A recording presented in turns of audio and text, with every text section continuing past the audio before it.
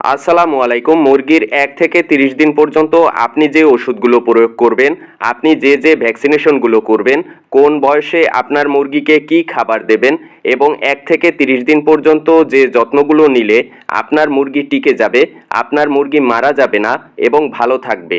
বন্ধুরা, প্রথম থেকে যদি আপনি যত্ন নিয়ে আপনার মুরগিগুলোকে সুন্দর মতো গড়ে তুলতে পারেন, তাহলে আপনার মুরগির ভবিষ্যৎ সুন্দর হবে। কিন্তু আমাদের সমাজের মানুষ ১ থেকে ৩০ দিনের মধ্যেই মুরগিকে টিকাতে পারে না। ভবিষ্যৎ সুন্দর হবে কিভাবে? আমার ভিডিওটা শেষ পর্যন্ত দেখলে ইনশাল্লাহ আমি আপনাদের হতাশ করব না। নিয়ম নির্দেশনা মানলে আপনার মুরগিকে টিকিয়ে নিতে পারবেন। একটা মুরগিও মারা যাবে না। গুরুত্বপূর্ণ ভিডিওটা না টেনে শেষ পর্যন্ত দেখুন, ইনশাল্লাহ উপকৃত হবেন। ১ থেকে ৭ দিনকে আমরা বলে থাকি ব্রুডিং কাল। মুরগির বাচ্চার সুস্থতার উপর এই ব্রুডিংয়ের সময়সীমা কম বেশি হতে পারে। মুরগির বাচ্চার ব্রুডিং চলাকালীন সময় দরকার সঠিক তাপ থাকতে হবে ৩২ থেকে ৩৫ ডিগ্রি সেলসিয়াস। কম হলেও সমস্যা, বেশি হলেও সমস্যা।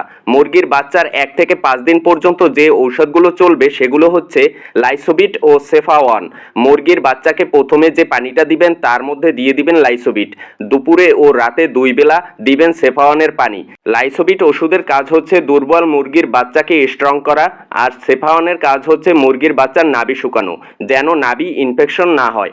আর পানি খাওয়ার ৫ থেকে ৬ ঘন্টা পর আপনার মুরগির বাচ্চাকে খাবার দিবেন।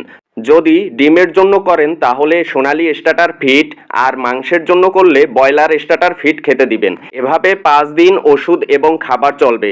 তাপমাত্রা পারফেক্ট রাখতে হবে। ৬ দিন বয়সে BCRDB ভ্যাকসিন অবশ্যই চোখে দিবেন। ভ্যাকসিনের পর আপনার মুরগিকে আবার লাইসোবিটের পানি খেতে দিবেন।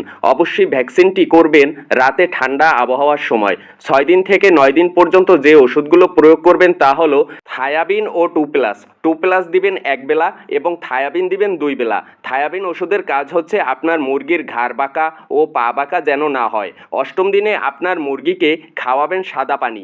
১১তম দিনে আপনার মুরগিকে করবেন গাম্বুরো প্লাস ভ্যাকসিন। এরপর ১২তম দিনে সারাদিন সাদা পানি চলবে। ১৩, ১৪, ১৫ দিনে মুরগিকে দিবেন লিভারের ঔষধ, কিডনির ঔষধ, সাথে পানিতে দিবেন PH। এটা ৩ দিনের কোর্স করবেন, তাহলে আপনার মুরগি ভালো থাকবে, সুস্থ থাকবে। ১৬ বা ১৭তম দিনে আপনার মুরগিকে আবার গাম্বুরো প্লাস ভ্যাকসিনটি করবেন, আর খাবার পরিবর্তন করবেন ১৮তম দিনে। যদি ডিমের জন্য করেন তাহলে স্টার্টার ফিড পরিবর্তন করে সোনালী গ্রোয়ার ফিড দিবেন, আর যদি মাংসের জন্য করেন তাহলে ব্রয়লার স্টার্টার ফিড পরিবর্তন করে ব্রয়লার গ্রোয়ার ফিড দিবেন। আর খাবার পরিবর্তন করার সময় এনজাইম এক্সেল ওষুধটি অবশ্যই প্রয়োগ করবেন, তাহলে আপনার মুরগি ভালো থাকবে, সুস্থ থাকবে। খাবারের এই পরিবর্তনের ফলে ক্ষতিকর প্রভাব পড়বে না। এনজাইম ওষুধটা ২ বেলা করে ৩ দিন করে চালাবেন। ২১ বা ২২তম দিনে আপনারা আবার রানীক্ষেতের ভ্যাকসিনটি করবেন। ভ্যাকসিনের পর লাইসোবিটের ওষুধটি অবশ্যই প্রয়োগ করবেন। এরপর ২২, ২৩, ২৪তম দিনে আপনার মুরগিকে সাদা পানি চালাবেন।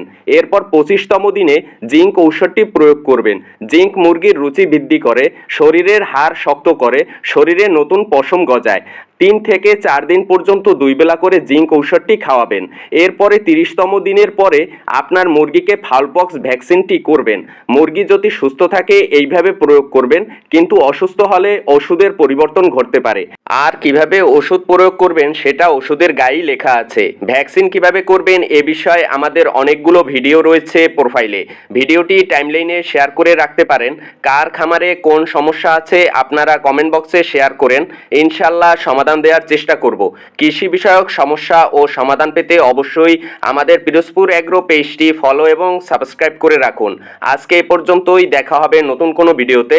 ততক্ষণ পর্যন্ত ভালো থাকুন, সুস্থ থাকুন, পিরোজপুর এগ্রোর সাথে থাকুন। ধন্যবাদ। আসসালামু আলাইকুম। ফিদা প্রিমিয়াম, মানসম্মত পোশাকের বিশ্বস্ত ব্র্যান্ড। অনলাইন প্ল্যাটফর্মে এই প্রথম প্রিমিয়াম কোয়ালিটি প্রিমিয়াম কাপড়ের একমাত্র বিশ্বস্ত ব্র্যান্ড।